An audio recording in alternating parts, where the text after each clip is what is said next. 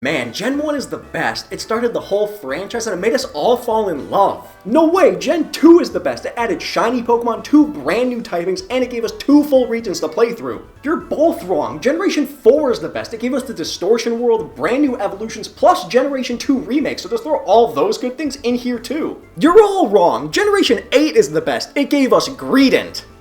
What the fuck? Pokemon is one of the biggest media franchises of all time, and with such a wide reach, you're going to have a whole lot of different opinions. Some people might like Alolan Persian, and other people might actually have brains and would rather gouge their eyes out. Pokemon is the series I've put the most hours into between all of the games. I started all the way back in 2000 with Pokemon Gold when I was 3 years old. That game introduced me into the series, and is the main reason that Totodile is still my favorite Pokemon to this day. Then I played through Kanto with Pokemon Blue, where I chose Squirtle, who along with my Pidgeot dominated the whole Pokemon League. I then made the jump to Generation 3 with Pokemon Sapphire and got my Mudkip, which eventually became my first level 100 Pokemon. I traveled to Sinnoh and Pokemon Pearl, where I chose Piplup, and the snowy landscape reminded me of my home state, Wisconsin. Not sure if that's a good thing. Then I took my American pride to Unova and Pokemon White, where Oshawott and I took down evil PETA. I guess that would just be regular PETA. We finally made the jump to 3D with Pokemon Y, where my Froakie and I saved the world from a gay ginger with a gun. I then decided to take a vacation in Pokemon Moon, traveling to Alola, and switch things up a bit by finally not choosing the water starter and choosing Rowlet instead. I then took a journey to Britain in Pokemon Shield to have some crumpets and tea while returning to my water starter tradition with Sobble. And lastly, I lagged my way through the Iberian Peninsula with my second Crocodile and first fire starter, Fuecoco. Of course, I played every other game in between there too, but those were all just my first experiences in those regions. I feel like I have a pretty good view on all of these games since I've played them all numerous times since I was a little kid. Obviously, I have small biases here and there, but as you'll soon see, just because I played a game as a kid, that doesn't mean I'll think it's better. Otherwise, Gens 1 and 2 would be the top 2 for me, and I can assure you that's not the case. Also, before we get into these rankings, remember that these are only the main series games, so we're not considering games like Pokemon Coliseum, Stadium, Mystery Dungeon, or anything like that. And whatever generation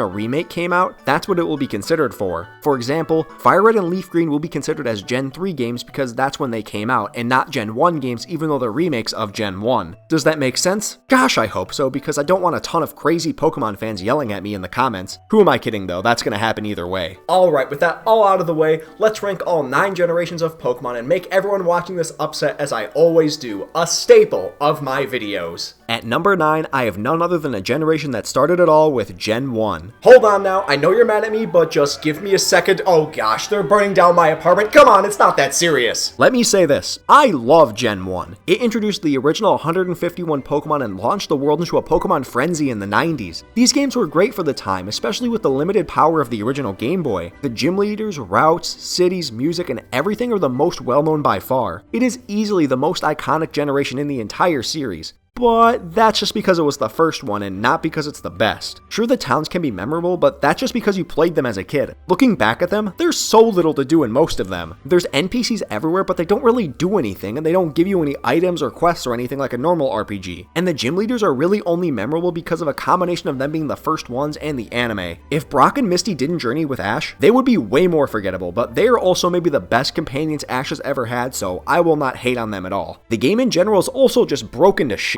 There are glitches all over the place and mechanics that don't work as intended. There's the infamous 1 in 255 miss glitch where no matter what, even if a move has 100% accuracy, it still has a 1 out of 255 chance to miss. Critical hits are based on base speed, which makes certain Pokemon overpowered, and speaking of overpowered, psychic types just run through the entire game. Alakazam is basically a legendary, plus with there only being one special stat, that just made him even more powerful. There are so many more broken mechanics, but I don't want to make this section too long. There are videos on YouTube covering it in more detail if you really want to learn more. And then my last point, which I know is going to piss a lot of people off, but it needs to be said. The original 151 Pokemon are overrated. Some of them are still super cool, don't get me wrong, like all the 3 starters are amazing in my opinion. But people have the audacity to claim new generations are lazy, even though they've gotten more creative than ever. While Gen 1 has so many Pokemon that are just based on a bird or a bug or a random animal, and then the evolutions are just, oh it got bigger, or oh there's now 3 of them. How can you say Trubbish is lazy when Voltorb exists?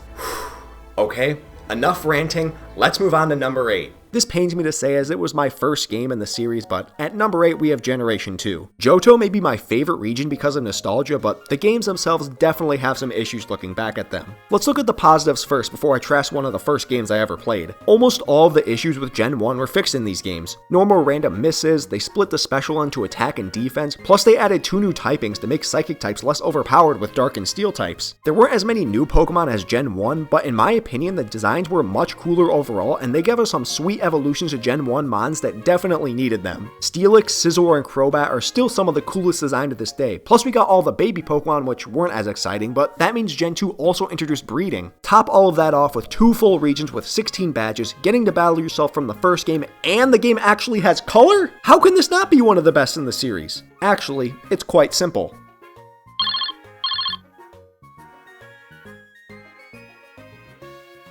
Most annoying part of any game in the entire series. Despite all of the great parts of Gen 2, there are definitely some things that hold it back. For one, the level scaling is horrible! The level disparities between wild Pokemon, random trainers, and gym leaders is insane, and it makes no sense! Jasmine is higher level than Price, even though you battle her first. Then right after Price, whose strongest is level 33, you go fight Team Rocket, who have Pokemon in the mid to low 20s, and then Team Rocket admins go back up to the 30s. Make up your damn mind! This game overall has some of the lowest level gym leaders and Elite Four in the entire series. I know it's because there's 2 regions so they can't overlevel them too much with 8 more gyms to fight afterwards, but actually yes they could. There's no reason Lance's ace couldn't be like level 60, plus that would make the Dragonites not hacked pieces of shit. Then all the gym leaders in Kanto could be between like level 65 and 75, and then make Red's Pikachu like level 85 or something. That would maybe actually make Kanto a little challenging and not just a cakewalk, but no! Game Freak makes the strongest gym leader in Kanto only have a level 58, which is lower than his team in the original games I might add, and then the levels skyrocket to 81 for Red's Pikachu. Who thought the level scaling in this game made sense? They clearly didn't think this through enough and made many kids' lives a living hell. It was me. I was that kid. As much as these games played a big part in my childhood, they are definitely the second worst. Moving on to number 7, we have the generation that had the chance to be one of the best in the series, but it missed that mark by just a bit. We have Generation 8 and Sword and Shield. These are by far the most polarizing games in the Pokemon franchise. You either criticize every aspect of the game because you saw the trees looked bad and decided the entire game looked like that, or you defend Game Freak and refuse to admit anything they do bad as claim this game is amazing and you should be grateful for getting it at all. I'm so glad we're getting to go through that all again with Gen 9. Starting with the positives, Galar is one of the most beautiful looking regions in the whole series. Obviously, that's because it's on the Switch, so they could put more quality in these games, but even so, I personally think it looks better than Kanto and Let's Go Pikachu and Eevee. The new cast of Pokemon are great with very few bad designs, plus the addition of Galarian forms that even include new evolutions is something that we have been asking for as fans for years. Although I don't think anyone really asked for a Linoon evolution, but I won't complain because Obstagoon is amazing. The music is as good as it's ever been, and it feels like they actually tried with the story, but that's also one of its downfalls. What the f*** is this story? There are points that has me captivated and makes me want to learn more, but then random exposition that slows the game down where I honestly just don't give a shit. And this is coming from a guy who loves a game with a good story and dialogue, but this just isn't that. And then just revealing the evil plan at the last second with no build-up just kills any and all suspension reason for me to care. There's like no post-game, and the only bit that there really is just makes me laugh because that guy's hair looks like a penis. The wild area is a great idea in theory, and I still like it, but there are parts that just feel barren and not much different than regular routes. Also, why can't our Pokemon follow us all game? They added it in DLC, so clearly it can work, so why not just everywhere else? Speaking of the DLC, I do like that they did this instead of an entire third version that's basically the same with a few tweaks, but I don't know if it really has enough content to warrant the price tag. It's fun, don't get me wrong, but it has no connection to the main game and just kind of feels like they tacked it on the end, which is exactly what they did. Overall though, I do enjoy these games, but these are probably the ones I have gone back to the least since I beat the game. Not even shiny hunting could save these games because that is fucking broken too and the mechanics don't work. Gah! Alright, so now we're to the top 6 and we have some fan favorites here.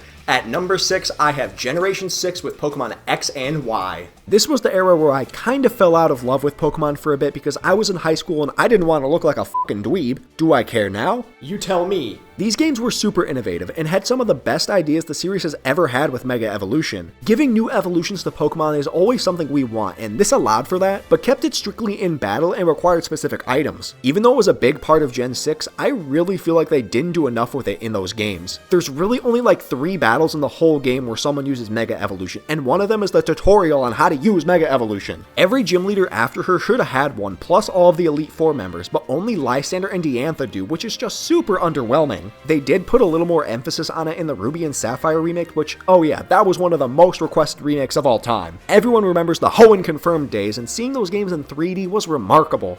For the first playthrough. Then you realize, wow, these games really aren't as great as I thought. Gen 6 is great, but the story is horrible, it added the fewest new Pokemon of any generation, the game is easy as dirt with literally no challenge, Lumio City is a headache to navigate, and worst of all, the post-game has Looker! For all the good things the game added, there were like 2 or 3 things that brought the game down. The chibi art style is cool I guess, but this isn't what I ever dreamed of a 3D Pokemon game looking like. The 3D models are cool to look at, but they sucked all the life and personality out of them. The colors are faded and they just look like lifeless models stuck in a constant animation because that's what they are. Just compare a Pokemon like Typhlosion to its Gen 3 sprite art. The sprite is so much better, it's not even funny. Its saving grace is that I do basically like all of the new Pokemon added, and the Mega Evolutions are all solid. Plus the Primals and ORAS are so damn cool, and the music is amazing as ever, but that's pretty much true for every Pokemon game. Also Fairy typing. I love the idea, even though I really don't understand why it's weak to Steel and Poison. These are good games, some could even argue great, but there's just not substance or improvements to really say it's better than the next ones. I'm gonna have a bit of a controversial pick here, but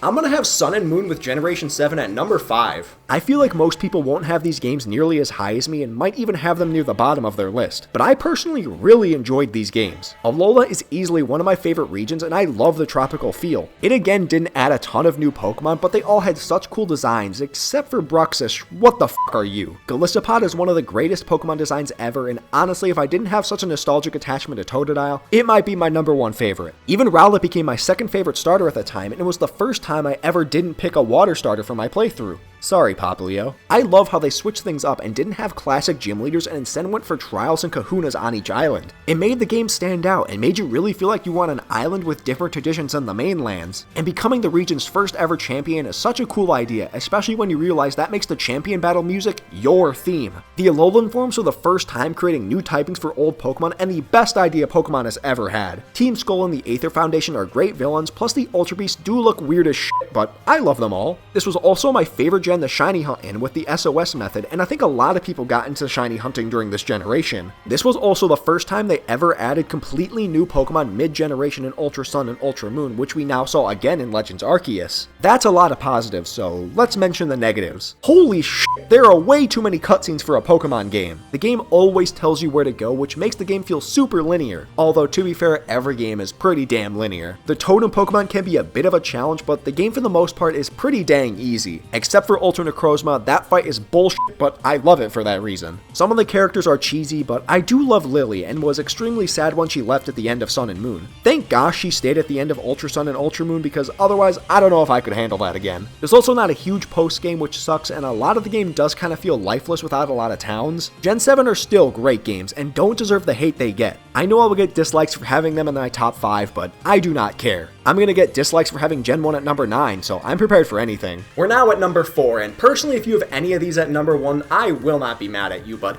I gotta rank them, so at number 4, I've got Generation 3 with Ruby, Sapphire, and Emerald. These are the games I've put more time into between any, with Ruby, Sapphire, Emerald, Fire Red, and Leaf Green. I have replayed these at least 100 times, and that's no exaggeration. The Hoenn region is amazing and has my favorite collection of starters, where all 3 are phenomenal. Again, incredible collection of new Pokemon with very few misses. Milotic is one of my favorite Pokemon ever, and we got 2, count them, 2 pseudo-legendaries, which we haven't ever gotten since. And then the actual legendaries are so good. Kyogre, Groudon, and Rayquaza are all some of my personal favorites, and I've never once heard of someone disliking any of them. The game even looks gorgeous in its sprite format, and all the animations for Pokemon and moves are so well done and memorable. And then the music, I love it! The trumpets make everything pop, and the game has some of the best route themes in the entire series. We also got the Acro Bike, which lets you do tricks, which I spent way too much time doing as a kid. This was also the first generation to remake any games with Fire Red and Leaf Green, and these are literally just better versions of Red and Blue, with a pretty good post-game going to the Sevi Islands. And speaking of post-game, this was the generation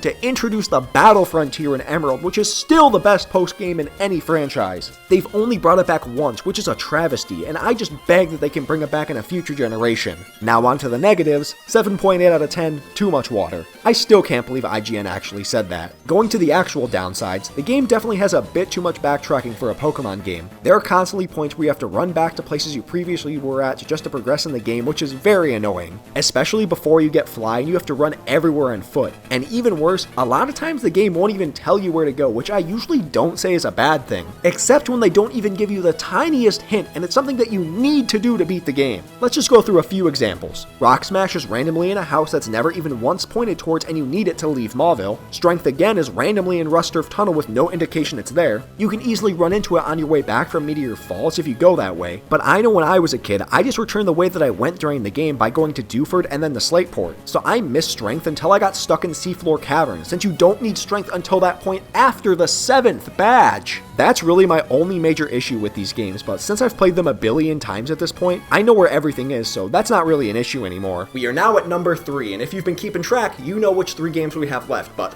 which one is going to be number 1? Not Diamond and Pearl, because I have Generation 4 at number 3. I know a lot of people will get on my case for not having Sinnoh at number 1 since its fans are like a cult, but I still have them at number 3, so that's pretty damn good. These games introduced many new evolutions to previous Pokemon, all of which were well deserved. Most of which were well deserved. Dusknoir, Honchkrow, Gallade, Electivire, Gliscor, Frostlass, and even more are also amazing and great additions to their lines. Plus 2 new evolutions, so that's gotta count for something too. The starters are great, and even all the completely brand new Pokemon are great too. Dialga and Palkia are great box art legendaries, and Giratina is just objectively one of the most badass Pokemon of all. More so its origin form and not the weird one with legs. And then we got the god of Pokemon. No, not him. Yeah! Team Galactic have a new motive that we haven't seen before, and even though their hairstyles look like Coconut Head from Ned's Declassified, I love their designs. Cyrus is one of the coolest Evil Team bosses, and fighting him in the Distortion World in Platinum is one of my favorite battles in the whole series. And speaking of Platinum, that individual game might be the best in the series, since it just improves on everything from Diamond and Pearl, and even included the Battle Frontier again. What a surprise, 2 of the top 4 generations have the Battle Frontier. Maybe you should take a hint, Game Freak! Plus we got remakes of Gold and Silver, and many people consider these games the best in the series too. 2 full regions with 4 generations of Pokemon to use, plus Pokemon follow you? I miss the days when Game Freak cared about making us happy. But there are a few things that hold Gen 4 back from being number 1 on this list. The biggest thing that holds it back is how damn slow Diamond and Pearl move. Oh my gosh, you could hit a Blissey with a super effective attack, and while the health is going down, you can make a sandwich, mow the lawn, go for a run, take a nap, get your doctorate, return, and Blissey will still only be in the yellow. Animations and everything in battle run at a snail's pace and take forever. Plus movement speed is the slowest in the series, especially when surfing. Compare this to Gen 7. Ha! I just got you to admit Gen 7 did something better than Gen 4. Fortunately, the slowdown was fixed in Platinum, and the game runs much faster at pace, which really helps the game flow better. Like I said, if Platinum was the only game in this generation, it might have a case for number 1, but Diamond and Pearl keep it from reaching any higher than number 3. And now we are at the final 2, and you may call it recency bias, but I genuinely believe that Scarlet and Violet are the second best games in the series, and it may even be number 1 if it didn't look like it ran on dial-up internet. These games did something brand new to the series. They made a subpar game that was fun as shit. I guess that's not new. These were the first fully open-world Pokemon games following the trend of every game being open-world these days. Can't wait for open-world Frogger. Before you all get the chance to kill me for having these games at number 2, let me explain the great parts of these games. Exploring in this game is a million times more fun than any other. Before we even begin the story in the school, I spent hours running around in the first area catching every Pokemon and finding new things that I didn't even remember what I was supposed to be doing. That is the pure joy of open-world games that they tried to capture with Sword and Shield's wild area but failed miserably.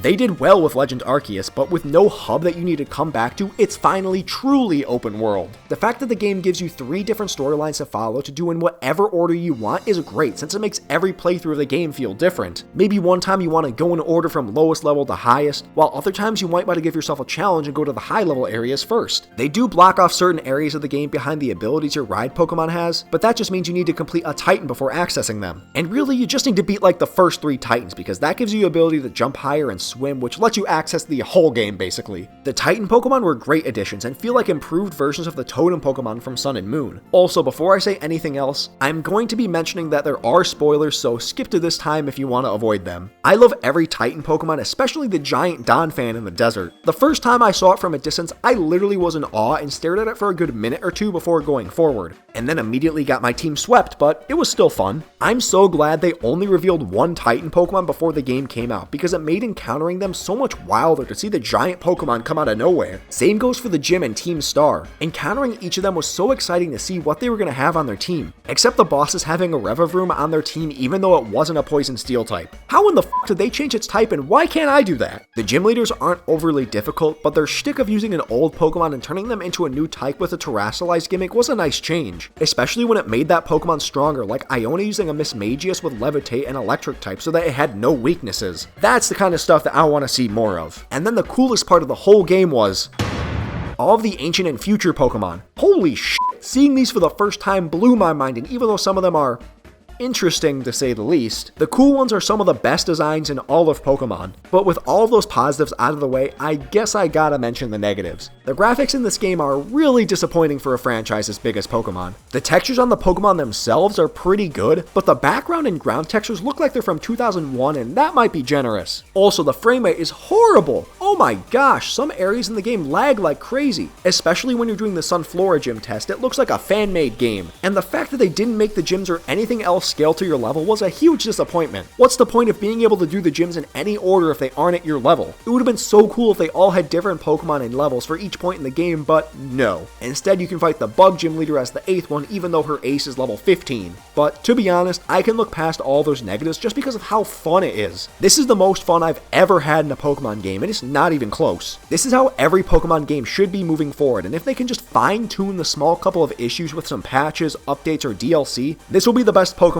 game of all time. So if they do update the game and get rid of lag and add even more with DLC, just put this game at number 1 so I don't have to remake this video, okay? Thanks. But now, we have reached the top of the list, the greatest generation. Why am I dragging this out? We all know it's Gen 5. If there was ever a game I would defend to death, it would be Skyward Sword. But if there was a Pokemon game I would ever defend to death, it would be Black and White. These games are pure perfection in the series and without a doubt the best in my opinion. Where do I even begin? It introduced the largest number of brand new Pokemon with 156, all of which, yes, including Trubbish and Vanillite, have great designs. The most in-depth story we've ever gotten with gym leaders who do more than just stand in their gyms and wait to battle you. Most of them help you outside their gym in some way and are all involved at the end of the story. Team Plasma has the best and most realistic motive of any evil team, with N being the greatest antagonist the series has ever seen. The battling system is lightning fast, unlike Gen 4, and every single Pokemon sprite was individually animated, which makes them feel livelier than just sprites. The menu systems were thoughtfully and carefully designed to be the most user-friendly in the series, plus TMs became reusable. We got seasons which changed the terrain in Unova, which is also just one of the best regions because it's based on good old America. And I'm just gonna say it, this is the best soundtrack in the entire series. Fight me on it. And then we got entire sequels with Black and White 2, which weren't just slightly enhanced third versions like Crystal, Emerald, or Platinum before it. We were all expecting a Pokemon Gray, but I think we were all happy we got this instead. They were basically like making a Gold and Silver to Red and Blue, but while in the same generation. Seeing how Unova and different characters have changed between the games is fantastic and something I hope we can see again in a future generation. Then there's the Pokemon World Tournament where you can fight every gym leader and champion from previous generations, all with brand new theme remixes, which kind of makes up for the Battle Frontier. But oh my gosh, if Gen 5 had a Battle Frontier, it would be so far ahead of every other game it wouldn't be funny. There's only a few things I can really say are downsides to Gen 5. 1. Pokestar Studios is the dumbest fucking idea they've ever had. I understand including it as a little side mode, but why the hell do they force you to make a movie when all I want to do is go to the next town? And 2. Elisa's Emolgas. More annoying than Whitney's Miltank? Yeah, I'll say it. All in all though, Gen 5 is easily my favorite generation, and I believe the peak and pinnacle that the series should strive to return to. Unless Gen 10 is just Scarlet and Violet but with better graphics, then that'll be the pinnacle. So do you agree with my list? Probably not, so please let me know what you would change down below, and let me know how much of a dumbass I am in the comments. I can't wait to see how well behaved and civilized you are down there. We all know what happened last time I said something bad about Pokemon. All I said was Charizard isn't the best starter!